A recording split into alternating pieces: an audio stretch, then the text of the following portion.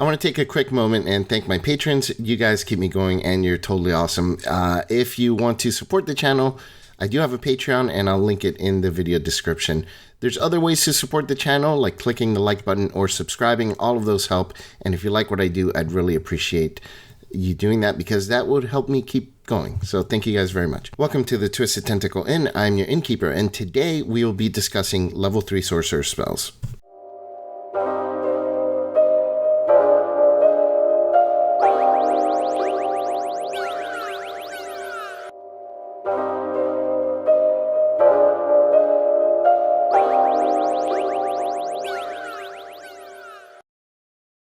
Where level 2 spells brought a mix of buffs, control, defense, and utility with a little bit of offense, level 3 spells are almost all about control, utility, and offense.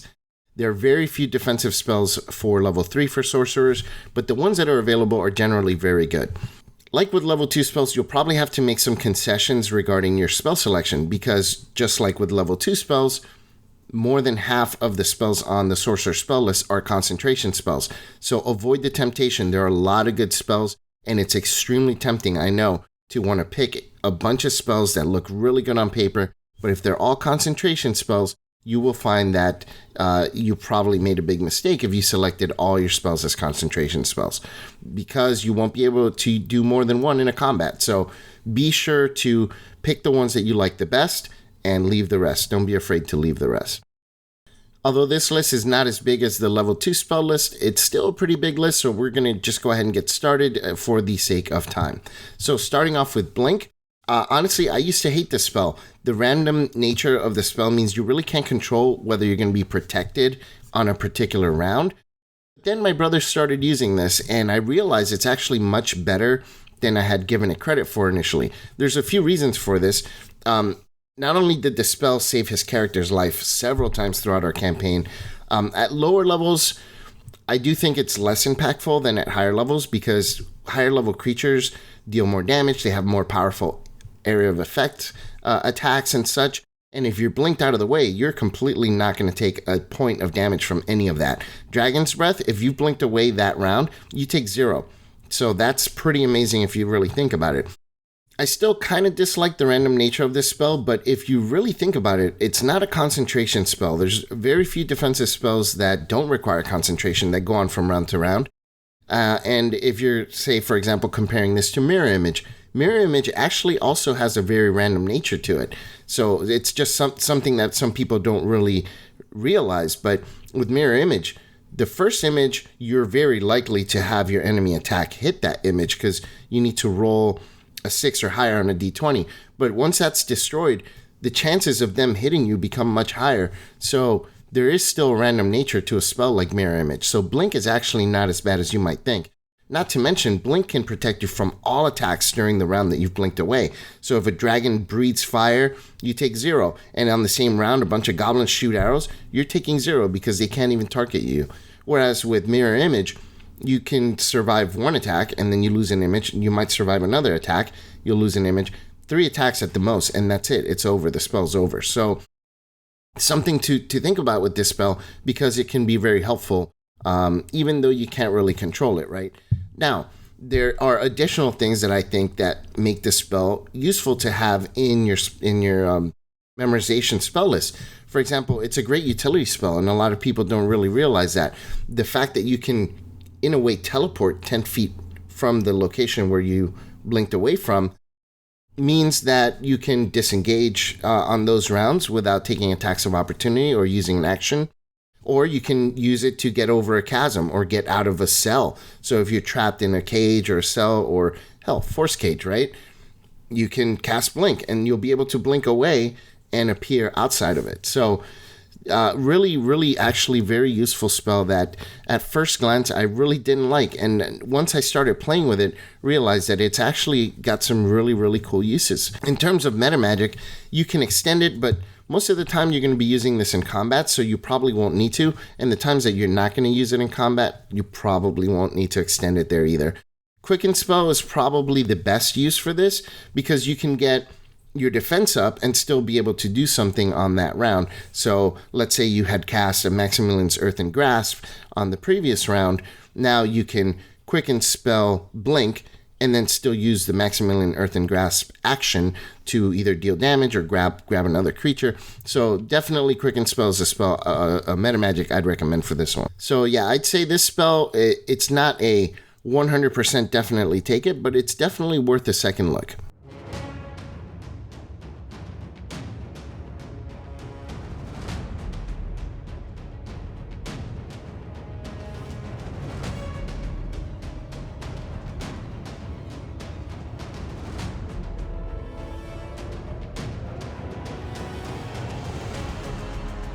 Next up is Catnap. This is a spell that in most campaigns, it's not really going to be all that useful. Generally, if you have 10 minutes to short rest, you're going to have an hour to short rest.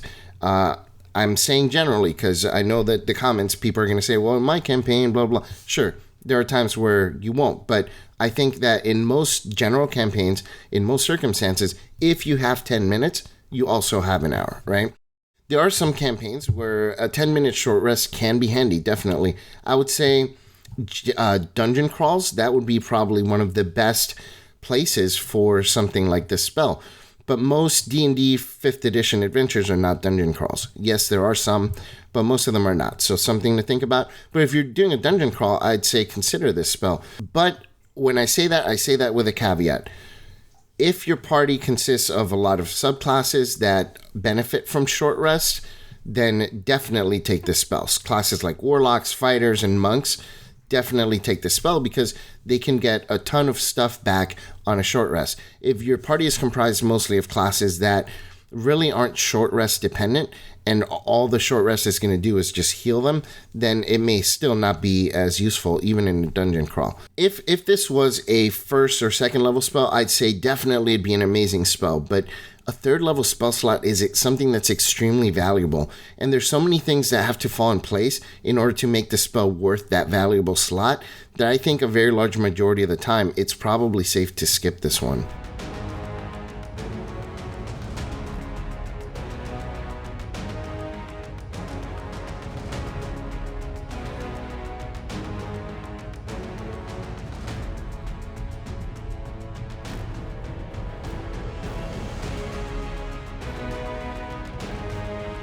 Clairvoyance. This is a very situational spell. It looks great at first glance.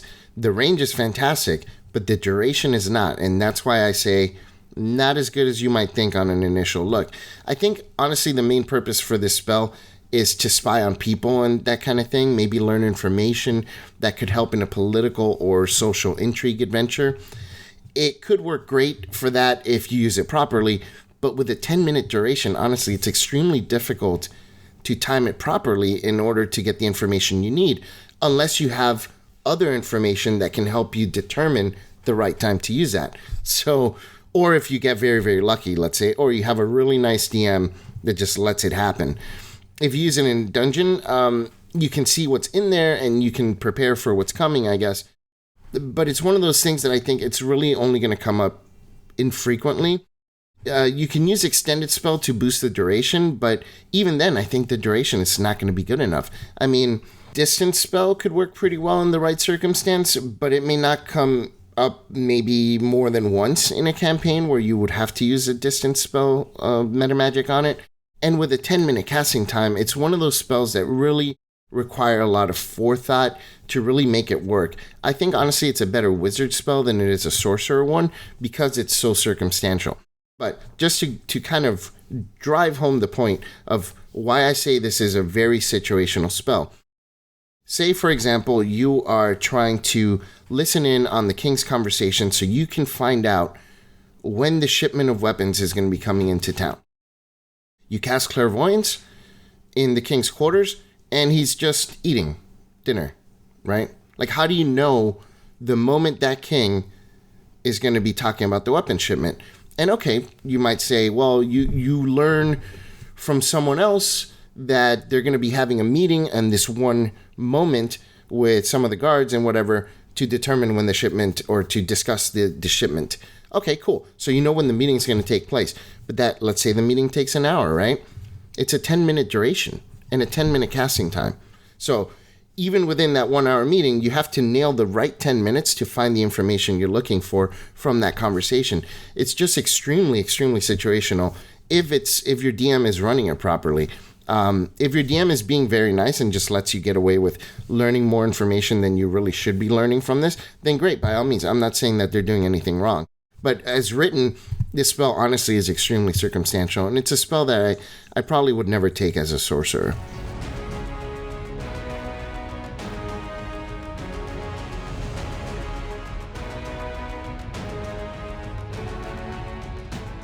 Counterspell. One of the few defensive spells for level 3, but man, is this a good spell. Being able to stop a spell from being cast is one of the best defensive moves in the game and can prevent a bigger variety of ill effects than any other defense in the game, other than Dispel Magic, but we'll get to that. Most sorcerers are probably going to want to take this spell. Bards and sorcerers can make the best use of this one. Sorcerers are really the only ones who can extend the range and target spells with ranges greater than 60 feet. Sorcerers are also the only spellcasters who can use Subtle Spell and ensure that their counterspell can't be countered. Sure, it has limitations, but overall, I think it's a great spell to have. Now the spell is not perfect. I would say that your chances of fighting a spellcaster in any given adventure are still fairly low, especially at low levels. At higher levels, it's a much higher chance, but you're not always going to be fighting spellcasters. So it's definitely something to keep in mind. And if you think that in your campaign, you're not going to be encountering as many spellcasters, then go ahead and skip Counterspell. The times where it'll come in handy, it'll be clutch, but those are certain campaigns that maybe it won't come in handy as often as you might think. So it's not perfect, but definitely something to consider.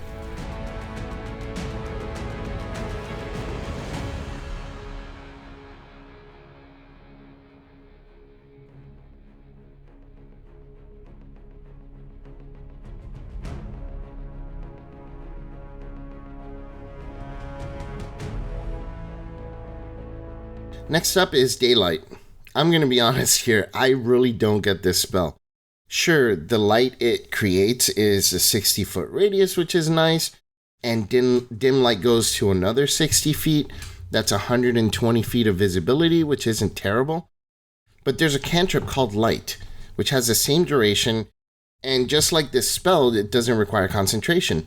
There are very few benefits that this spell has over the cantrip. So basically, the range is better, 60 foot versus touch. The area of effect is 60 foot versus 20 foot. Dim light is 60 foot versus 20. So 120 feet of visibility versus 40. Okay. The spell can overcome the darkness spell and any magical darkness of level 3 or lower. Now, note that Hunger of Hadar is not darkness, so this spell is not going to overcome the darkness or the void of blackness from Hunger of Hadar. If you cast it on an item a hostile creature is carrying, there's no saving throw like there is with the cantrip, but they can just cover it up and then the light is suppressed. So what's the big deal there? So that's it. Those are the benefits that this spell has over light. Is that worth a spell slot versus a cantrip? And a third level spell slot at that? I mean, the benefits of the light cantrip over this spell are just one benefit, and that's that you can cast it as many times during the day as you want without using up any spell slots. And to me, that benefit is so huge versus having to waste a third level spell slot on this. It's terrible. Plus, there's another cantrip called Control Flames, where if someone's carrying a torch, you can extend the range of visibility from that torch. You can double it. So, or any light source, if it's like a hooded lantern or something that sheds a little bit more light than a standard torch, you can double the range of the visibility with another cantrip. So I don't know why anyone would select this spell unless you're fighting a ton of creatures that are creating magical darkness. If you're fighting in a campaign or playing a campaign where you're fighting a lot of drow, maybe it could come in handy, I guess. But other than that, or a lot of demons that are casting darkness and can see through it, I don't know. I'm trying to rationalize a reason to take this spell, and I just can't come up with one. Sorry.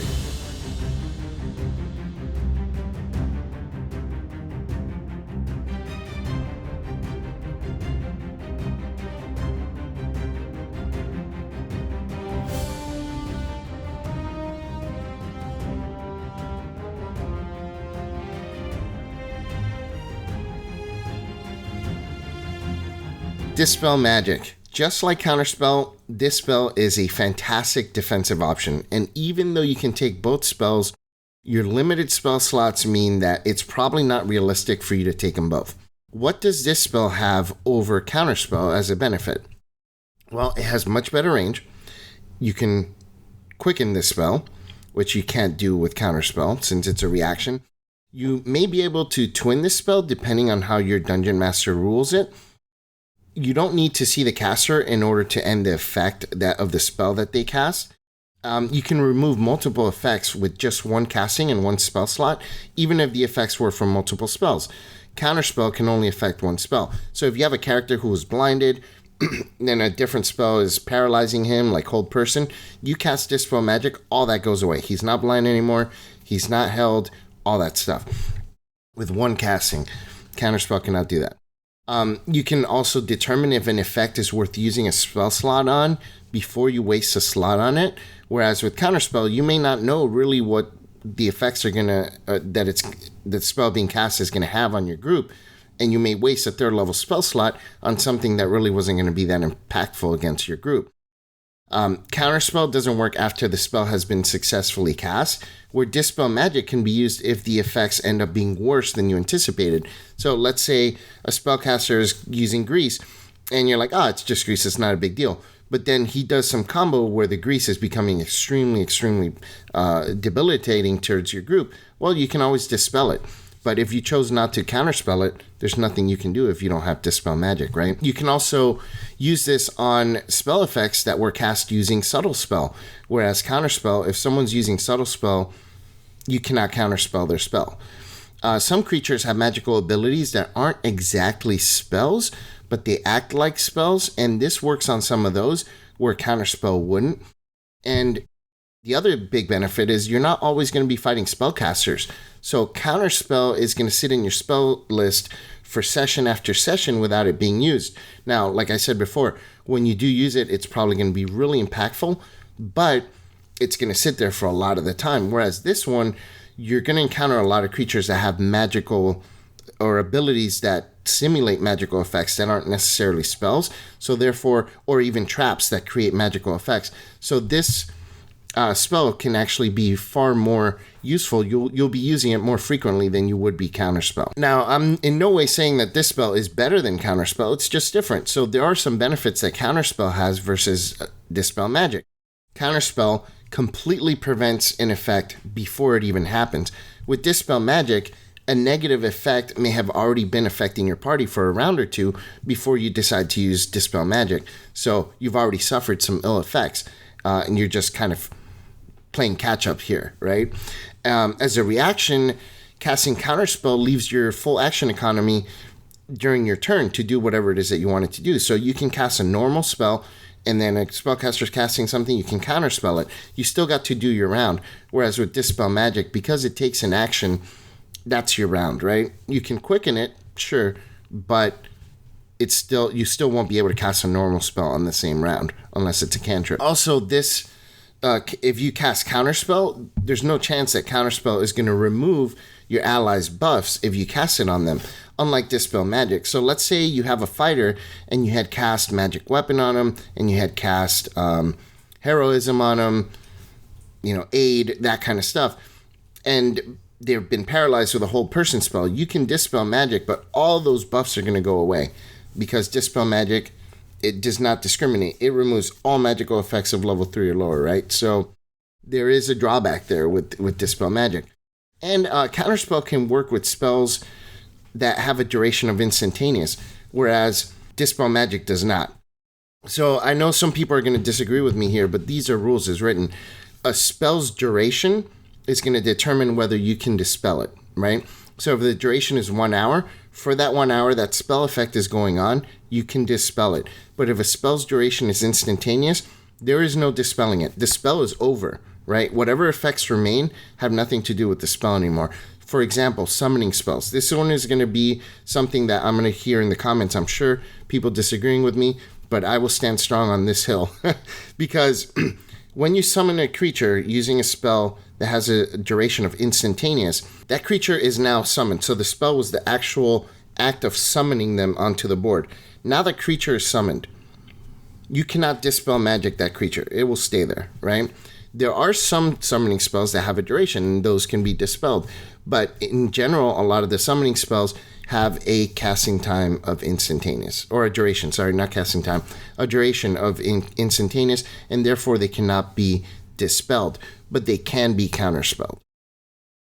So you're probably going to want to ask your Dungeon Master if they're going to allow Twin Spell to work on Dispel Magic. This spell targets one creature, but it doesn't only target one creature. So you can target an object or magical effect, and that kind of goes against the requirements of Twin Spell. So more than likely, they're not going to allow you to twin it, but check with them because some Dungeon Masters are lenient with this kind of thing. And if they do allow you to twin it, then it'd be a huge boost to your party because there are some debuffs that are area of effect that can affect your whole group, and being able to twin Dispel Magic can be a real boon to your party for helping remove debuffs against them.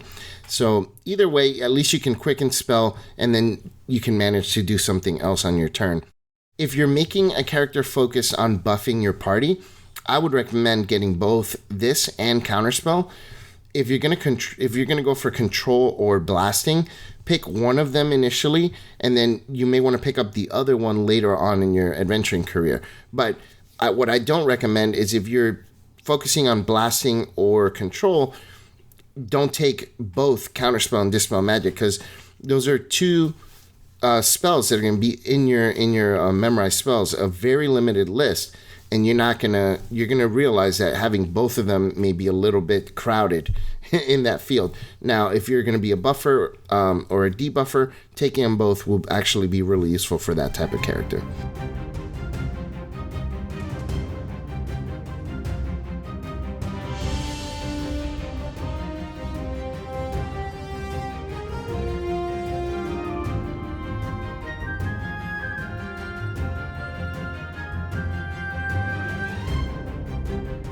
Enemies Abound. I've been pretty open about my distaste for spells and abilities with too much randomness. This spell is another one of those, and it's so random that it can basically hinder your group a lot of the time.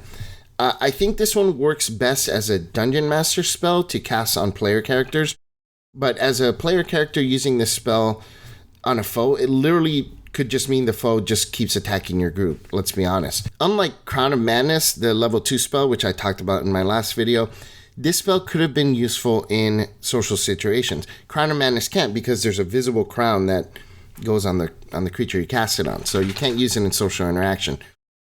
This one doesn't have that kind of visible effect on the creature you cast it on, and so it's actually better as a social interaction tool than a combat tool, where you can cast Subtle Spell and then make someone look like they've gone insane with paranoia or something like that. It would be really cool to use for this spell. But the issue I have with using it that way is the super short duration. A 1 hour duration would probably have been appropriate for something like that. But the way it is right now, even extended spell won't do much here. The other bad thing with this is it doesn't require the target to attack anyone. So using it on a social setting won't make the court jester suddenly attack the king, for example. The intelligence saving throw is really the only thing that I like here about this spell, because intelligence is not a highly resisted save. So you can probably land this more often than most other spells. And you can also target any type of creature, not just a humanoid like you have to with Crown of Madness.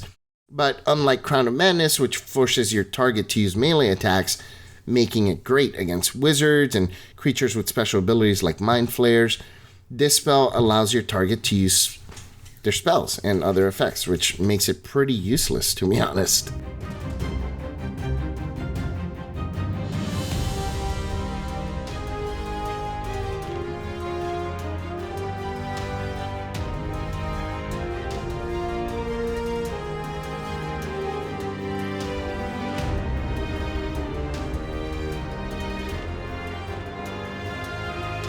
Erupting Earth. This one's a pretty good spell that's unfortunately often overlooked because of similar function spells and also because of the sheer amount of great spells at level 3.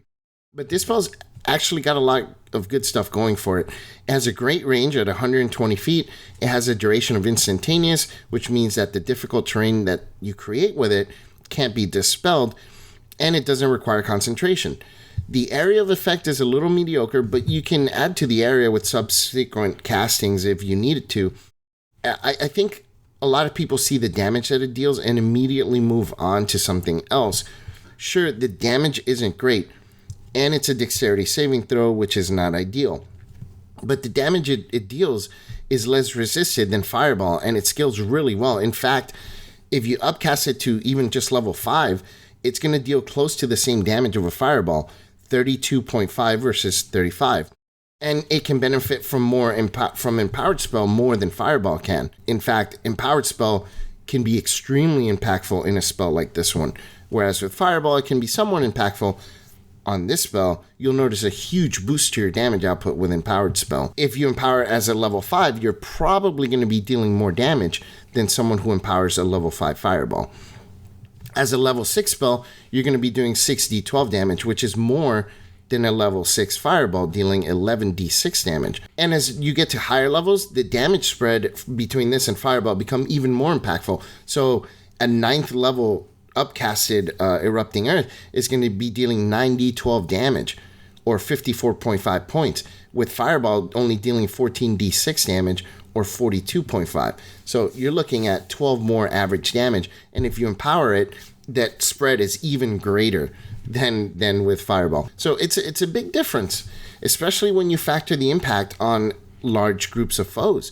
So the same 2 spells, let's say 9th level, against a group of 5 foes is a 60 point total damage difference. So upcasted at 9th level, 5 foes, that's a significant difference in damage.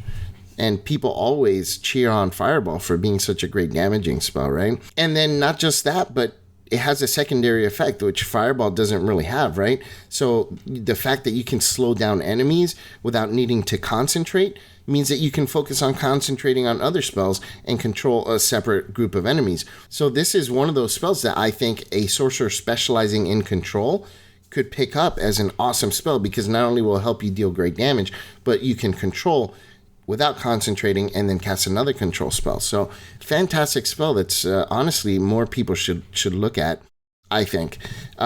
With a Quicken Spell Metamagic added to this, you can actually make some serious impact on the battle. You can even cast it as a bonus action and then dash as your action, and there are a few creatures that are going to be able to reach you after that. It's great when combined with a spell like Fear, which forces the enemy to move away, and now they're going to be in difficult terrain as well. So really, really cool. So this is, in fact, I'm going to say it here, this is a must-have spell if you're focusing your sorcerer as battlefield control.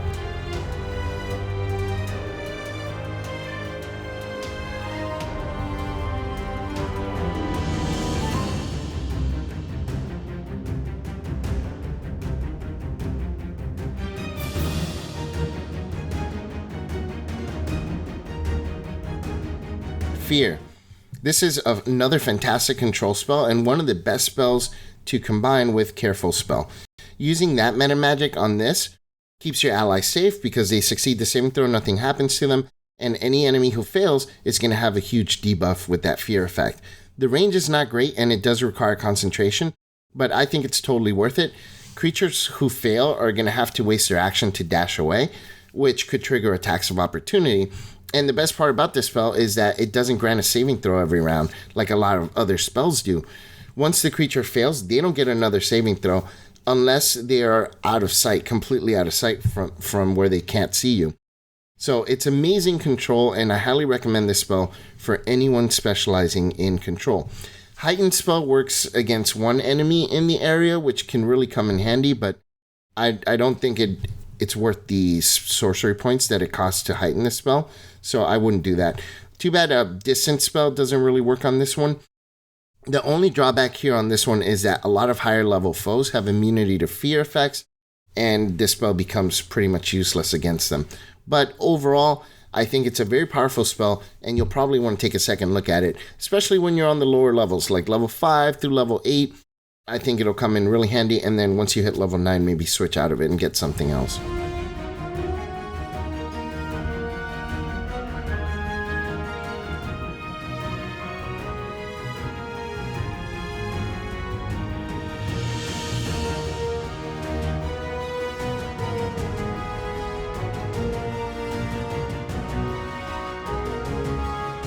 Fireball.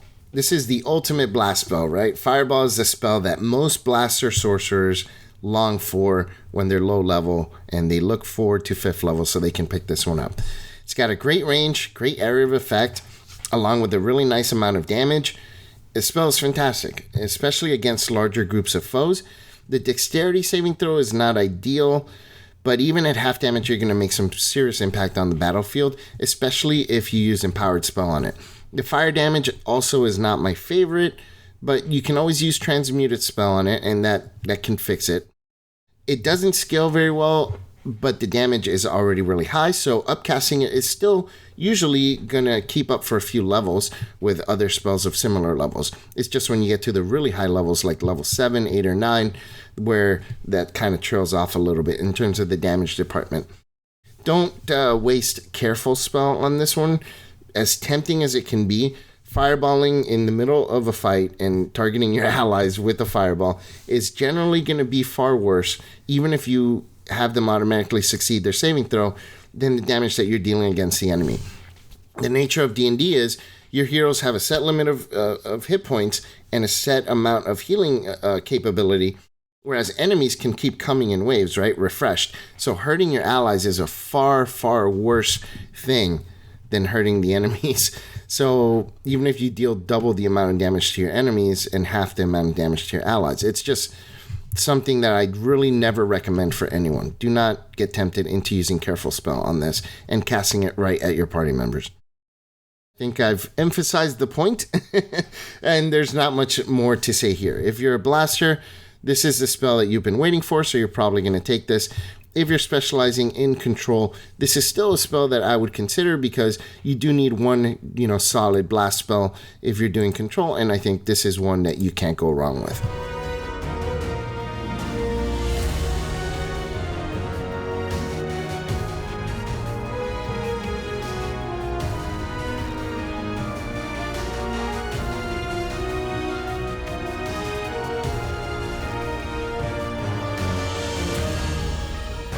Next up is Flame Arrows. This one's a strange choice for sorcerers. It's almost always going to be used on an ally. If you have an archer in your party, this could be a great boost to the damage output of your party. As written, it stacks if another character casts a spell on the same quiver, which is kind of weird. But check with your Dungeon Master to make sure that they're going to allow something like that. If they do, and you have a ranger in your group, stack it. Each arrow is going to be doing an extra 2d6 damage with 2 castings of this, right? Unfortunately, you do have to use concentration, which in a large group is honestly a really hard sell for this spell. You can impact so much more, especially with third level spells, than using your concentration on Flame Arrow. So I just really don't see a good reason for using this spell.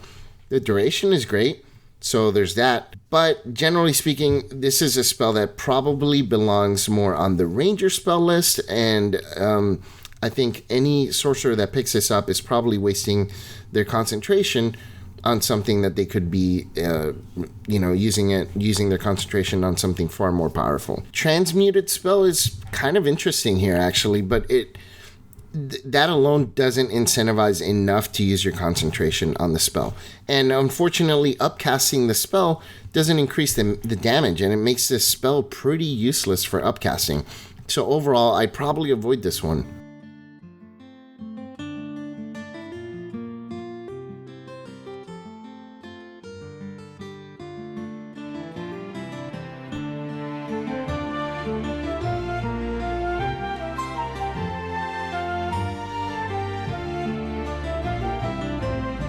Gaseous Form. This one's a decent utility spell. It allows you or someone that you target to move about pretty stealthily. It can be a really powerful exploration spell. The main issue I have with this one is the super slow movement of 10. That's super, super bad, and combined with the short 1 hour duration, it can be extremely limiting for dungeon exploration. Luckily, Extended Spell can increase the duration here, so it can go a pretty long way. It's one of the few times I think that doubling a 1 hour duration is actually going to be really impactful. This is a utility spell that I'd probably consider, but it's only more impactful than the second level spell Invisibility in certain instances where you need to get through tight spaces and that kind of thing. Otherwise, Invisibility is probably a better spell. So basically, if you have Invisibility and that's been working for you, definitely don't take this. If you want to take this, swap out Invisibility when you get a chance, because both of these spells have too many similar functions, and I understand what you're going to say. This one allows you to float where Invisibility doesn't, so you can go over a chasm or whatever. Totally, I agree with you. But most of the time, they're going to have very similar use cases. There are those times where this one's going to be better or Invisibility is going to be better, but they kind of overlap in a lot of uses. And for a Sorcerer, that is the bane of the Sorcerer. You don't want spells that overlap. Like Invisibility is better if you're going to be going into rooms that are inhabited by creatures, or if you're trying to pass by stealthily. Gaseous Form is better in tight quarters, areas where there are no creatures, or areas where you need to get over or above certain things, or climb or go over chasms, that kind of stuff. So they both have their uses, but generally it's just all exploration. So too many overlapping uses. I really don't think that you need both of them.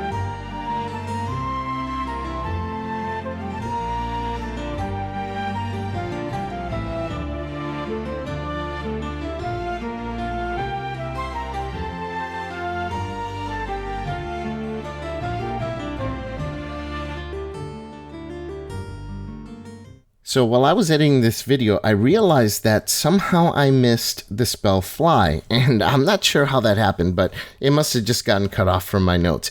Fly is a fantastic spell, especially if you're specializing in blasting or buffing. The ability to move around is one of the best things that you can do for tactics. Positioning is integral to not only defense, but offense as well. And if you have the spell Fly on, now you're not just working on a two-dimensional space where you're moving left, right, front, and back, but you're also moving up and down into the air. So you've expanded the area in which your mobility is going to be efficient. So it's a fantastic spell as a blaster. It can keep you safe from melee attacks pretty much at all times, even sometimes range attacks. So I highly recommend it for that. If you're specializing in buffing, then Twin Spell is going to be fantastic for the spell because you can target two creatures and make them both fly. So fantastic. If you're specializing in control, battlefield control, that kind of stuff, there are many other spells that are going to require concentration. So you're probably not going to be able to take the spell or use it effectively in combat. But it's still a great spell to use outside of combat. Fly is one of those spells that is fantastic in and out of combat. It's a great utility spell in addition to being a great combat spell. So you can't go wrong either way. So I highly recommend this spell. It's definitely a top tier spell.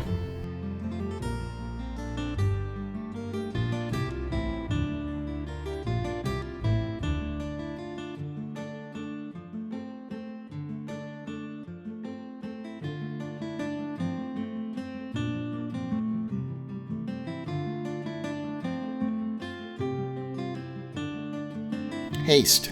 This is one of the few buff spells for level 3, but one of the best buff spells available in the game.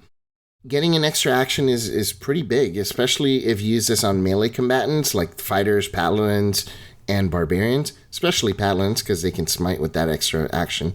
But it's not as impactful if you use it on a spellcaster.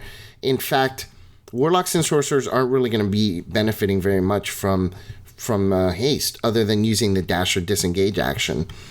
If you're going to go for battlefield control, I think there's many spells that can be far more impactful than this one. Heck, if you're fighting a single big enemy, then using spells like Slow on the enemy or Tasha's Mind Whip are going to be much better and far more impactful for the combat than just giving one ally an extra attack and a bonus to their armor class. So keep in mind that this is probably not going to be a good choice if you're specializing in control, but despite the limitations, it's a great way to boost the action economy of your group. It's even better when you Twin Spell or you Quicken Spell. In fact, using Twin Spell on this is probably going to be a better option than some control spells even though it's very taxing on your resources. I do recommend this spell pretty highly, especially if you're a blaster and you have your concentration available. If you're a controller, I would say that you may have to think about it before you choose this spell because your concentration is very valuable and using haste on one character is usually not going to be as big of an impact as debuffing an entire group of enemies or even a single enemy.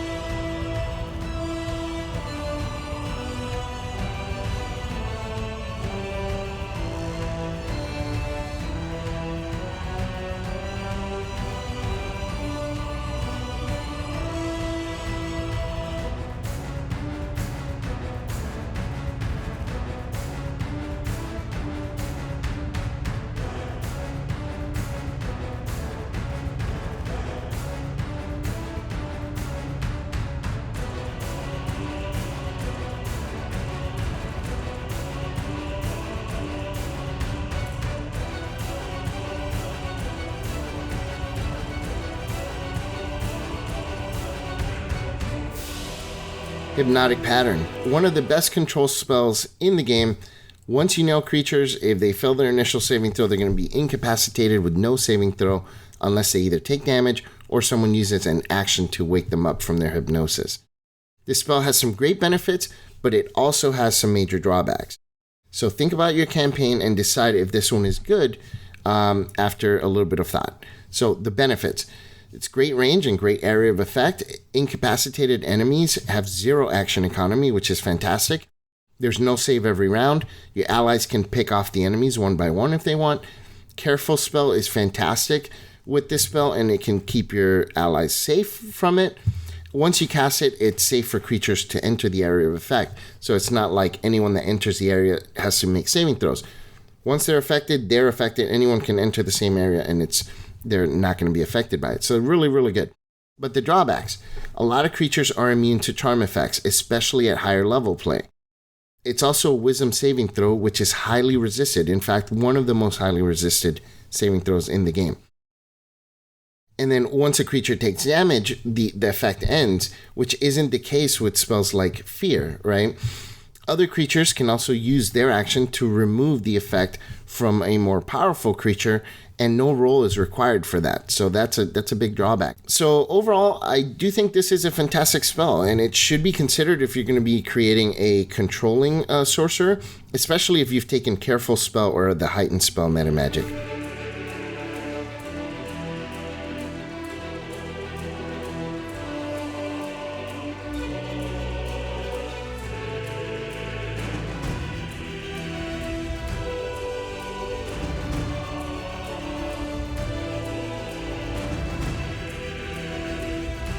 Intellect Fortress. Even though the spell scales really well when it's upcast, it's still one that I probably wouldn't take as a sorcerer.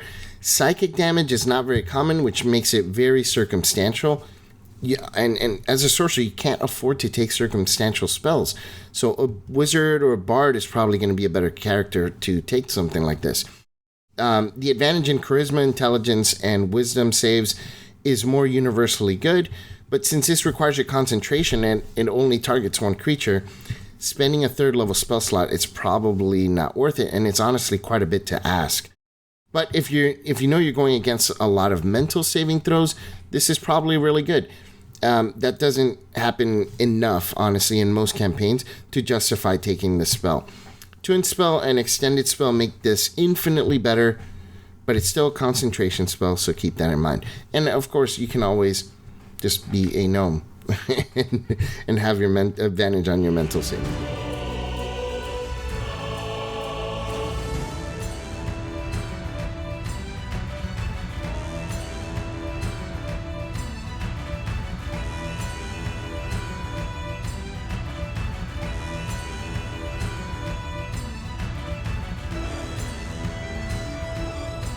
Next up is Lightning Bolt. This one's a weaker version of Fireball. The range is good and the area of effect is decent, but the line makes it really hard to pull off in most combats.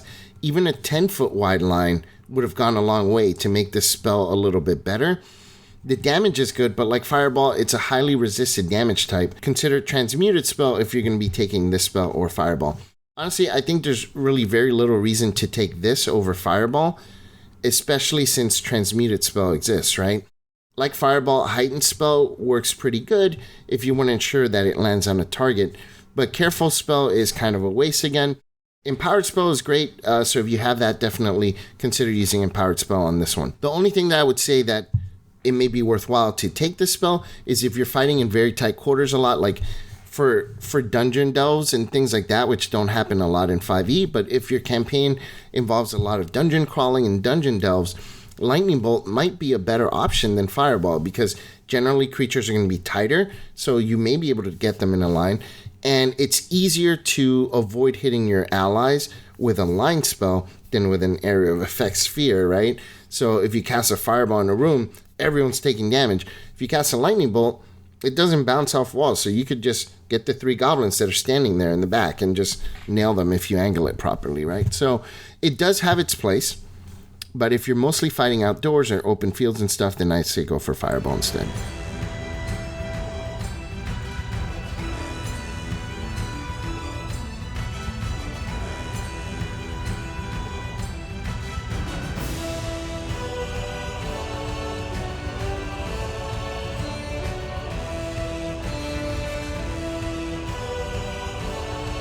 Next up is Major Image. This one is a good illusion spell, but it has some things that don't work as well as Phantasmal Force, which is a lower level spell. There are some things that work a little bit better, but let's go ahead and take a look. So, pros. It has a great range at 120 feet. It can affect multiple creatures. It's an action and an intelligence check to disbelieve, which is huge, right? If you upcast it to 6th level, there's no concentration requirement, which is really awesome. It creates sight, sound, temperature, and olfactory effects. It can be moved with an action. It's a good duration versus Phantasmal Force that doesn't have as good of a duration. It's a 20-foot cube area of effect, whereas Phantasmal Force only affects one creature. And there's no saving throw unless the creature uses an action or interacts with the object, which can allow you to use some tactics like creating a dragon that is headed to a battlefield and that kind of thing. Now, drawbacks to this. Unlike Phantasmal Force, any interaction immediately allows a creature to see through the illusion. No check required. So if you put a creature in front of another creature and they go to touch it, that's an interaction.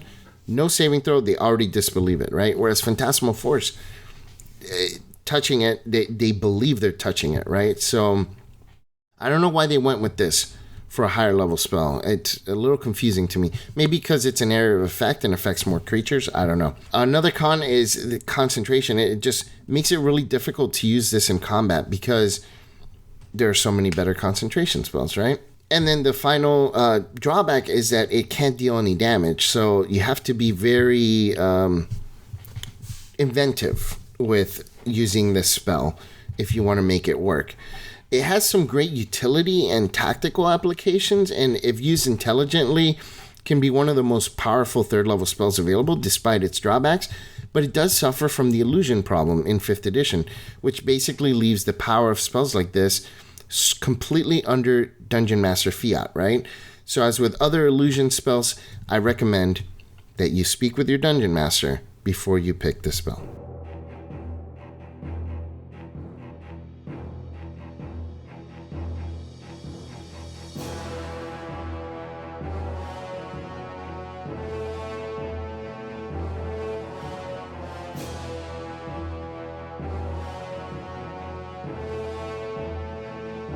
Melf's Minute Meteors. This is a spell that can really boost the damage output of your party if you use it properly.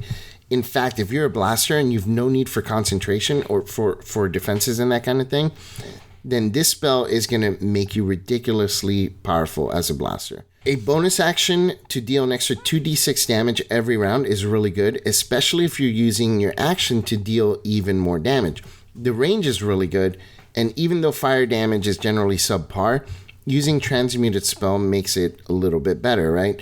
Distance Spell doesn't really work on this one, unfortunately, and neither does Heightened Spell. Extended Spell works, but it's honestly not the most optimal use. But this one is a pretty good spell, and I recommend it if you're going to be building a blaster.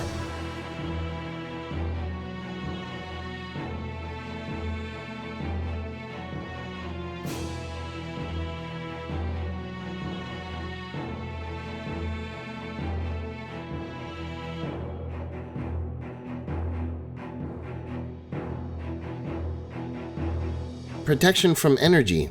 This one makes no sense for most sorcerers. The concentration requirement and the fact that it only affects one creature is really bad. A 1 hour duration is good, but not great. Extended Spell really doesn't make it much better. And even with Twin Spell, I'd say that this one is an extremely circumstantial spell. Resistance is nice, don't get me wrong, but since you have to choose a damage type when you cast a spell and not when you take a damage type, then you basically have to know what you're going to be going up against before you cast a spell. So that's like what makes Absorb Elements so much better than this. You don't need to know the damage type beforehand. Once you take a damage from a type, you absorb elements, and it's a reaction, so it's even better for action economy to use Absorb Elements. If this spell did something like that, then I think it would be so much better. But as written, this is just way too circumstantial to use up your valuable concentration on and a valuable 3rd level spell slot on. So I would say avoid this one.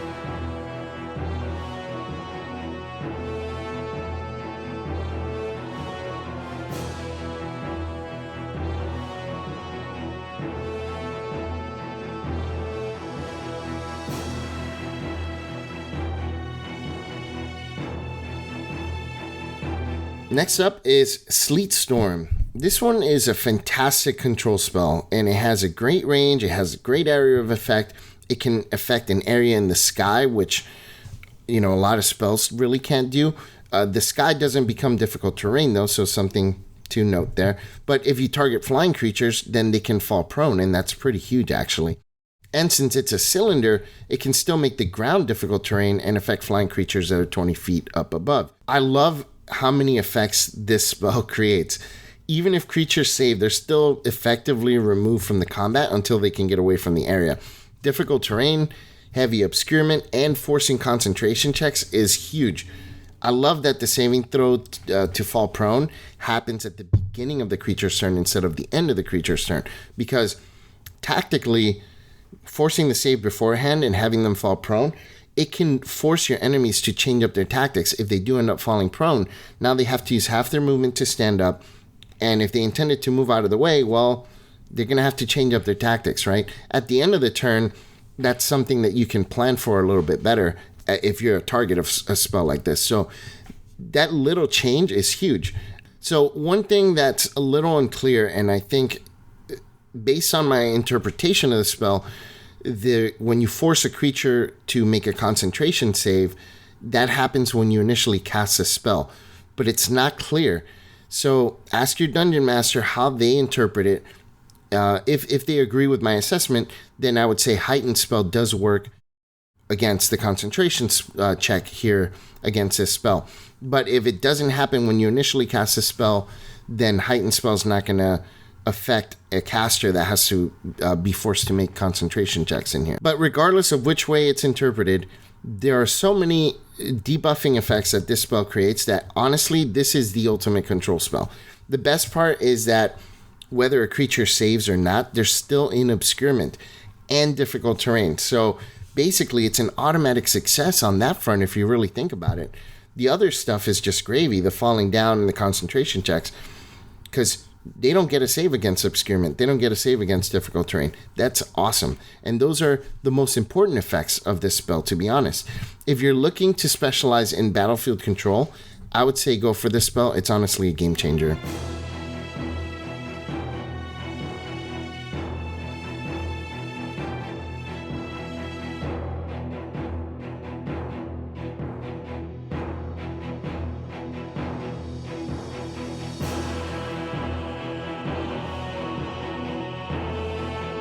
Slow. This is another pretty good control spell. What sets this one apart from Sleet Storm is that it doesn't affect your allies. So the area of effect is really good, and then the range is fantastic. The effects of the spell are far more impactful than the positive effects of haste in more instances, and then the fact that you can affect multiple creatures is even better. So between impacting the enemy's action economy and possibly slowing down spellcasters from casting their spells, this can make a difficult combat into an easy inconvenience at the most. Really, it's that impactful. I think it's probably one of your best choices for control, tied pretty much with Sleet Storm for best control spell in the game. If it wasn't for the Wisdom saving throw, I'd say that this was better than Sleet Storm in most circumstances. But unfortunately, Wisdom saving throws are highly resisted, so that does knock it down a peg. Regardless, it's still worth taking, whether you're both a blaster or a controller. If you're fighting a single foe, I say that it's probably not as good, but it can still be impactful. I say that if you're fighting a single foe, maybe use Tasha's Mind Whip instead, because that will open up your concentration for other things. Plus, Tasha's Mind Whip is a lower level spell slot, and it targets a better saving throw in intelligence. So, single foe, go for Tasha's Mind Whip. Multiple foes, go for Slow.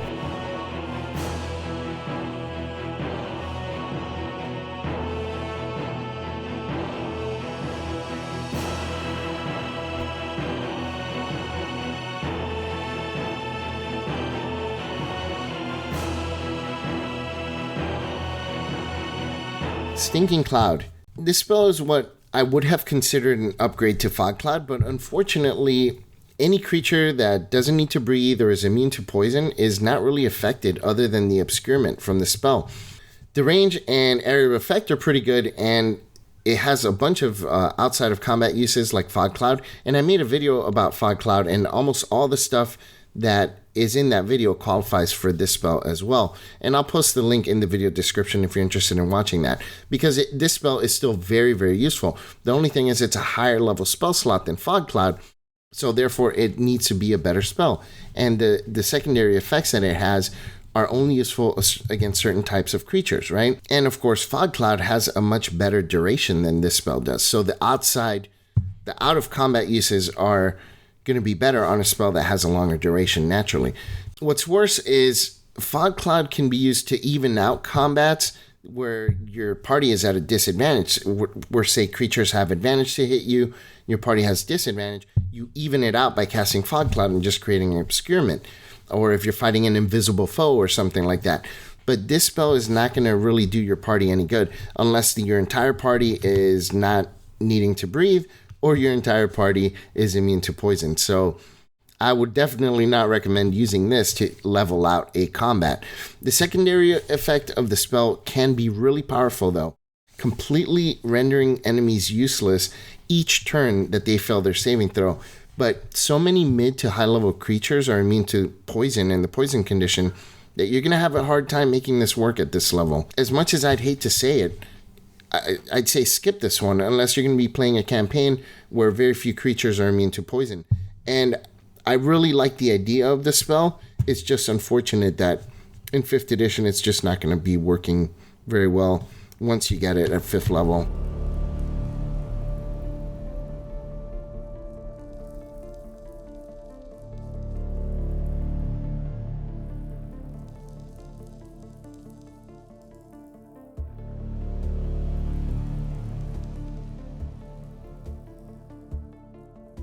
Thunderstep. Unlike a lot of teleportation spells, this one actually works with the distance spell Metamagic, making it really useful with this spell. The damage is also not terrible, and if you upcast it, it's going to scale pretty well. I wish that when you upcast it, it would increase the range of your teleportation as well, but I guess, there's no perfect spell, and it would have been a little too powerful if it did that. The ability to bring an extra creature with you, it's a nice benefit too. It's too bad that they have to be willing because otherwise it would be an awesome tactical option here to be able to teleport a creature along with you that is hostile. But I can still see many uses for this spell. Careful Spell works with this one, but I don't recommend it since it still deals half damage on a successful save, and you know how I feel about that. Transmuted Spell works, but Thunder is a great damage type. It's very, very seldomly resisted, so generally you're not going to need to change the damage type on this one. Teleportation is really good no matter what. This game, teleportation is one of the best things that you can be doing, and this one delivers not only with the mobility, but also pretty decent damage. I think it's a good spell, a good choice.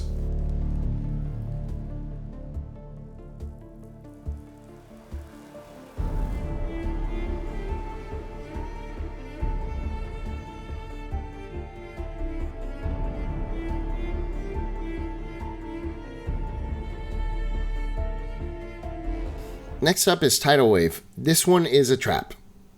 It's not bad, but there are so many better options that this one just becomes a question of like, why even take this over anything else? The range is good. The area of effect is decent. The dexterity saving throw is a problem, and the damage is subpar. Knocking a creature prone is good, but that only lasts one round, right? And unlike Erupting Earth, which creates difficult terrain for a longer period, the drop in movement speed when you knock a creature prone with this spell is only going to last for that one time. After the first round, the creature is going to have its normal movement. So that actually makes Erupting Earth a better option for control. So why would you cast this spell instead of Erupting Earth, right? Definitely not for the damage, since Erupting Earth deals better damage. The only reasons I can think of are here. Number one, to put out flames, but honestly, how often does that come up, right? Plus, those flames better be really important to put out if you're going to be spending a 3rd level spell slot on them. Number two, to knock down a flying creature. That could be handy, but there are better options for that are way lower level. And I guess maybe if there's multiple flying creatures, then this would be good for something like that. But even then, the height of the affected area isn't really that good. So even for that purpose, it's kind of limited. And number three, Careful Spell on this one works better than with Erupting Earth, I guess, because it prevents them from falling prone, which is nice. And the only thing that Careful Spell does for Erupting Earth is have your allies take half damage from the damage. The difficult terrain still affects them. So Careful Spell works better on this spell than on Erupting Earth. So overall, I'd say if you consider taking the spell, consider Erupting Earth first. Plus, you can upcast Erupting Earth, and you really can't upcast this for any additional benefits. So that makes Erupting Earth an infinitely better spell than this one.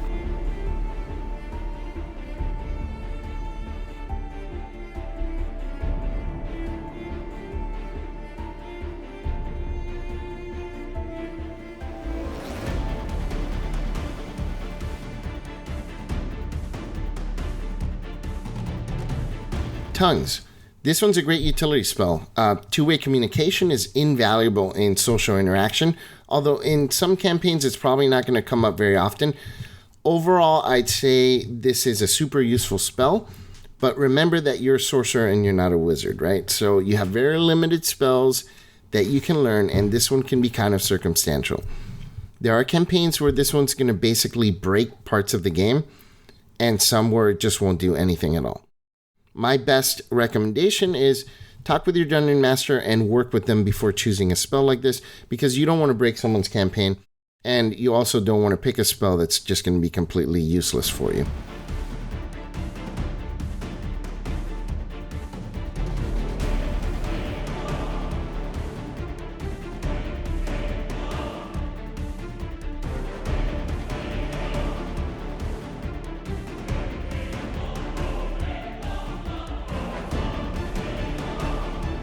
Wall of Water. This spell. I'm really honestly amazed at how bad this spell is. The wall doesn't do anything except sort of protect you from ranged weapon attacks and fire damage. That's it. That's all it does. It also creates difficult terrain, I guess, but that's something that you can create in much better ways than with this spell. And the area of effect is so small. The range attack defense is honestly so laughable. It doesn't reduce damage. All it does is grant disadvantage to ranged weapon attacks. Ranged spell attacks or other special abilities like eye rays and things like that still get through just fine. So Magic Missile, no problem, right? Chill Touch, no problem. The fire damage reduction can be handy in certain situations, like if you're fighting, say, fire elementals or red dragons, but that is so super situational that honestly, come on. And why not just cast Absorb Elements for the same effect? A first level spell that's a reaction and doesn't take your concentration, right? Oh my god, this spell is honestly just so bad. And yes, I understand Absorb Elements can only be used on yourself, where this one can protect the whole party, but that doesn't really, give me a reason to use a third level spell slot, use my concentration, and an action. I mean, it just doesn't make any sense to me at all. I don't recommend it. I don't recommend this one.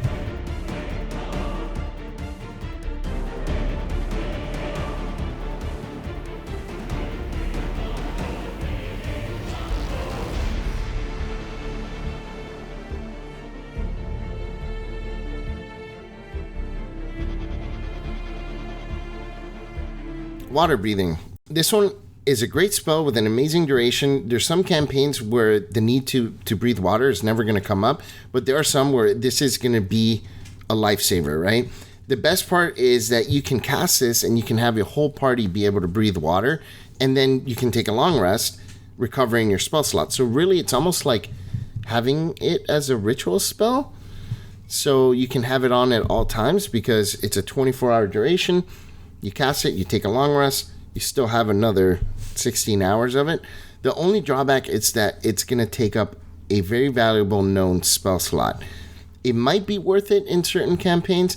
I probably wouldn't take this in most standard, average campaigns. If you have a wizard in the group, let them take this spell instead, especially since it is a ritual and they can cast it as a ritual. You as a sorcerer, you can't cast ritual spells, but the long duration, it kind of still works that way. It's weird. There's really no need to use any metamagic on this spell. Even extended spell is not going to work on this because it's already 24-hour duration. So, good spell. I'd consider it.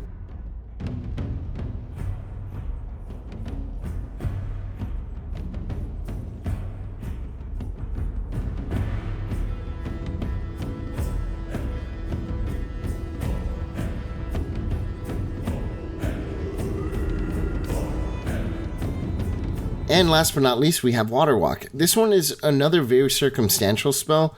Clerics and Druids are probably the better classes since it's a ritual and those classes can cast it without using a spell slot.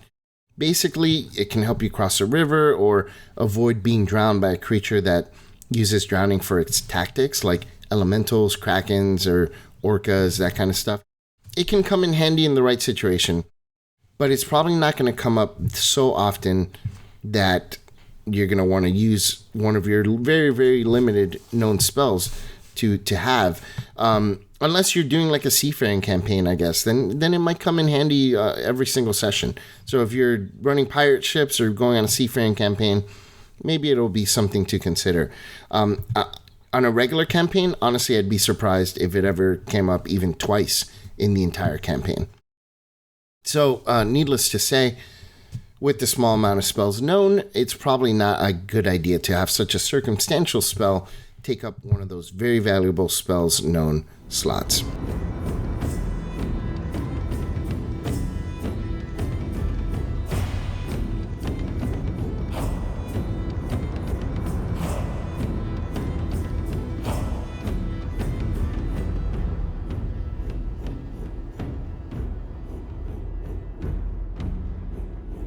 So, level 3 spells are the cream of the crop on the arcane spell list. With the addition of even just one third level spell, you'll notice that the power level of your character is going to increase significantly. There's really no other spell level that has such an impact on the strength of your character once you're able to cast spells on that level as much as third level. In other words, no other increase in spell levels is such a drastic boost to your power level. Like, say, going from learning level 1 spells to level 2 spells, it's a little bit of a power boost. But when you get those level 3 spells, it's like a huge jump in your power boost, which means that your choice of spells needs to be thoroughly considered. Your level 1 and level 2 spells are your diverse spells. Your level 3 spells are the ones that define your character. And that's going to be the case for several levels. So make sure that you make it count. Look for spells that synergize with your existing spells and the meta magic that you've chosen, or ones that fill in gaps that you might have that you've been looking forward to filling. Also, there are a few sorcerer subclasses that can get summons or similar spells at this level. For example, the Divine Soul can get Animate Dead, and I know it's not a summon, but it kind of is, right? If you're able to get a summon or similar spell, I highly recommend you do so above anything else. These spells are very powerful and can really boost the action economy of your character. Very few other spells in the game can affect or impact the performance of your group as much as summoning spells. So something that I highly recommend. Anyways, let's go ahead and take a look at the spells in a summary here of which ones I think are highly recommended, which ones are pretty good, which ones I don't recommend at all, and which ones are circumstantial.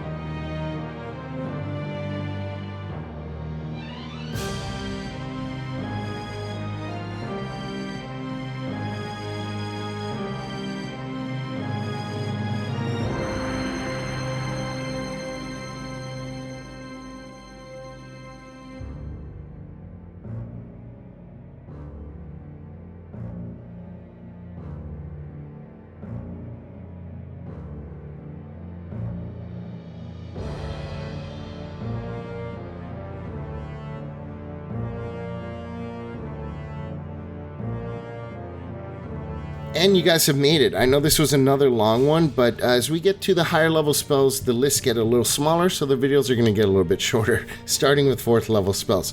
So that does it for today's video on third level sorcerer spells. So what do you think about my assessment so far? Do you agree? Do you have different opinions than I do? I'd love to hear what you have to say, and you might even change my mind. It has happened in the past. Next video is going to be on 4th level spells, and I'll be sure to link it in the video description. If you haven't watched the other videos in this Sorcerer series, they're all going to be linked in the video description. Be sure to check them out, especially the Metamagic guide and the Sorcerer base class guide, because those are the fundamentals that I build these other spell slot videos on. So definitely check those out. I do hope that this video was helpful for you. If it was, please consider clicking the like button and subscribing to the channel. As always, if you have any other questions, leave them down there in the comments down below. And as always, I am your innkeeper from the Twisted Tentacle Inn. Check in anytime. I'll talk with you then.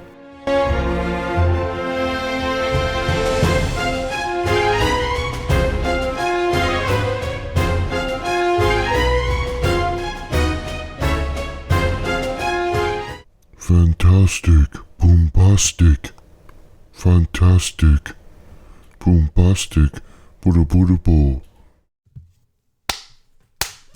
It's okay. It's just me recording, Poo-Poo.